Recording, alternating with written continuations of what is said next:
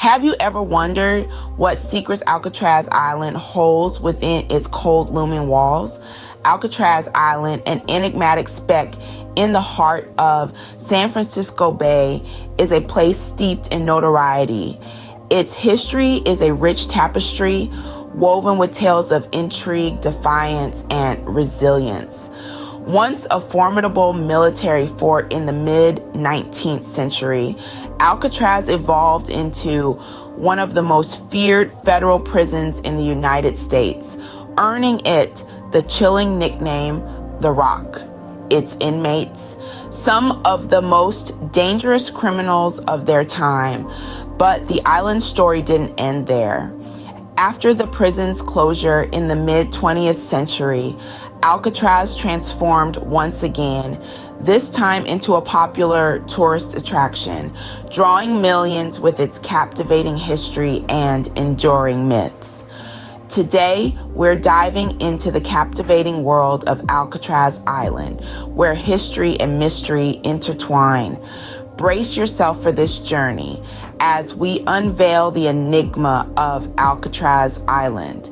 Our journey begins in the 1850s, when Alcatraz served as a formidable military fortification. The island, perched in the heart of the San Francisco Bay, took on a crucial role in the nation's defense system. With the gold rush in full swing, a boom in population and wealth made the Bay Area a ripe target for potential foreign attacks. The military saw Alcatraz as the perfect outpost, its location providing an ideal strategic advantage. Alcatraz was not just a silent sentinel, however. It was an active player in the American Civil War. The island became a storehouse for firearms, cannons, and ammunition, ready to protect the West Coast from Confederate threats. Its isolated location made it an ideal spot to detain Confederate sympathizers and prisoners of war. The fortress was a symbol of Union strength, standing guard over the Pacific. As the years rolled on, the military role of Alcatraz began to evolve. The island's isolation, once used for strategic defense, started to serve a new purpose. Its remote location and harsh environment began to be seen as an advantage for a different kind of defense, a defense against society's most dangerous elements. And so, Alcatraz morphed from a military stronghold to a place of incarceration. It was in the 1860s that Alcatraz saw its first prisoners. Initially, these were military personnel who had committed crimes. The island's foreboding isolation proved to be an effective deterrent against misconduct. It wasn't long before the military started sending its most troublesome prisoners to Alcatraz. The island was fast becoming a place where unruly soldiers were sent to be forgotten. As the decades passed, the military gradually reduced its presence on Alcatraz. By the time the 20th century dawned, the island was no longer a fortress bristling with cannons. It had become a bleak, forbidding prison, a place of punishment and isolation. The military era was drawing to a close. As the military era ended, a more sinister chapter was about to unfold. Alcatraz Island, The Rock, became the ultimate destination for America's most dangerous criminals in 1934. Nestled in the chilly waters of San Francisco Bay, this formidable fortress was the final stop for those who had proven too difficult for other prisons to handle. Among these infamous inmates, two names rise to the surface: Al Capone and Robert Stroud. Capone, the notorious gangster and mob boss of Chicago, found himself in Alcatraz after a series of escapes from other prisons. Despite his reputation, Capone was not the kingpin behind bars as he had been on the streets. Here, on the Rock, he was just another inmate, his power stripped away by the unyielding discipline of Alcatraz. Robert Stroud, known as the Birdman of Alcatraz, was another infamous resident. Despite his nickname, Stroud was not permitted to keep birds on the island. His titly was a relic from his time in Leavenworth, where he had raised and sold canaries. Here, in the harsh confines of Alcatraz, Stroud was kept in solitary confinement, his only companions the echoes of his past. The regime of Alcatraz was brutal. The cold, damp cells were barely large enough for a single inmate. The rules were strict and the punishment severe. Silence was enforced, and the haunting sound of the city's life just a mile away served as a constant reminder of the freedom they had lost. The conditions were harsh, the isolation extreme. The frigid waters surrounding the island acted as a natural barrier, the chilling currents a lethal deterrent. Yet, despite the odds, the human spirit proved resilient. The island's reputation as the inescapable prison was put to the test by the daring and the desperate, proving that even the most formidable fortresses have their vulnerabilities. But even the inescapable prison wasn't immune to ambitious escape attempts. The stories of these daring bids for freedom are as enthralling as they are chilling, weaving a captivating narrative of human resilience and the quest for liberty. In 1962, Alcatraz witnessed its most daring escape.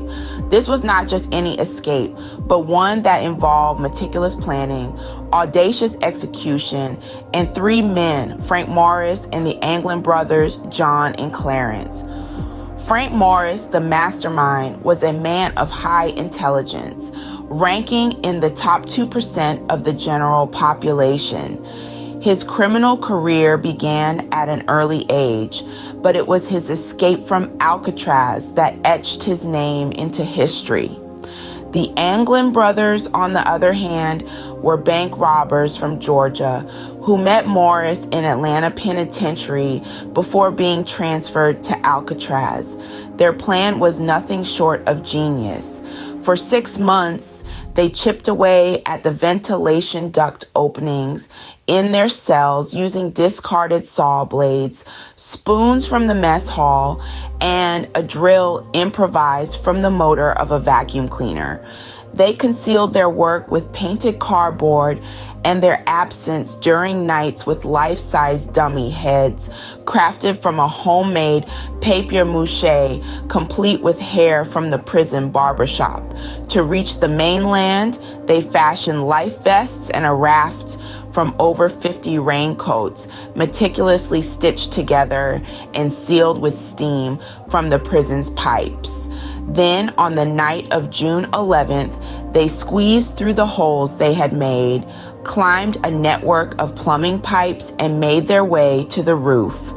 From there, they shimmied down a drain pipe, crossed the prison yard, and launched their makeshift raft into the frigid waters of the San Francisco Bay. The next morning, their beds were found empty. The alarm was sounded, and a massive manhunt ensued, but the trio were nowhere to be found. Did they make it to the mainland, or did the harsh currents of the bay claim their lives? The FBI concluded in 1979 that they had drowned, but sightings and evidence over the years have thrown this into doubt. The mystery surrounding their fate continues to captivate us. As the sun sets on the waters where they vanished, we are left to wonder, did they pull off the impossible, or did the rock claim 3 more victims? Only the silent walls of Alcatraz hold the truth. Beyond its factual history, Alcatraz is shrouded in myths and tales of the supernatural. This is a realm where fact blurs with fiction, and what you hear may chill you to your core. Alcatraz has long been a hotbed for alleged ghost sightings, with some visitors and employees claiming to have encountered the spectral remnants of its past. Some report hearing ghostly whispers in the corridors, while others swear they've seen apparitions of inmates long gone floating through the prison cells and walkways. Take, for instance, the chilling account of a night guard who, in the dead of night, heard the eerie sound of a harmonica playing from within the prison walls. No one was around, and yet the haunting melody echoed through the empty halls. Or consider the numerous tales of unexplained cold spots throughout the prison, spots where the temperature inexplicably drops, leaving an icy chill in the air. These chilling anomalies have no clear source and have left many a visitor shivering in dread. But the spectral tales don't end with the prison's inmates. The island itself is steeped in Native American history, and it's believed by some to be cursed. The Ohlone tribe, original inhabitants of the San Francisco Bay Area, considered the island a place of evil spirits and avoided it. During the late 60s, the island was occupied by a group of Native Americans who believed they were reclaiming it from the U.S. government. Some say that the spirits of their ancestors still linger there, adding another layer to the island's eerie aura. These ghostly encounters and unexplained phenomena, whether real or imagined, have woven a web of mystique around Alcatraz. They have turned it into more than just a historical site. It's now a place where the line between the living and the dead seems to blur, where the echoes of the past refuse to fade. These tales add to the enigma of Alcatraz, making it a magnet for mystery enthusiasts.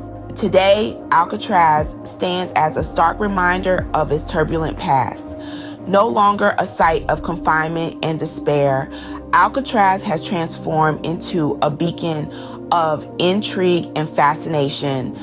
This once formidable fortress, situated in the heart of the San Francisco Bay, now welcomes thousands of curious visitors each year, all eager to step back in time and immerse themselves in the island's rich history and captivating mysteries. Alcatraz, with its chilling tales of infamous inmates and daring escapes, its mythos of ghosts and unexplained phenomena, has a remarkable ability to enthrall and bewitch. It's not merely a relic of the past, but a living testament to the human spirit's resilience and the enduring allure of the unknown. As we delve into the narratives that have shaped this iconic island, we are not just exploring a historical landmark, but also the countless individual stories that have weaved the intricate tapestry of Alcatraz's legacy. Alcatraz Island, a place where history whispers and myths echo, continues to fascinate us with its untold stories.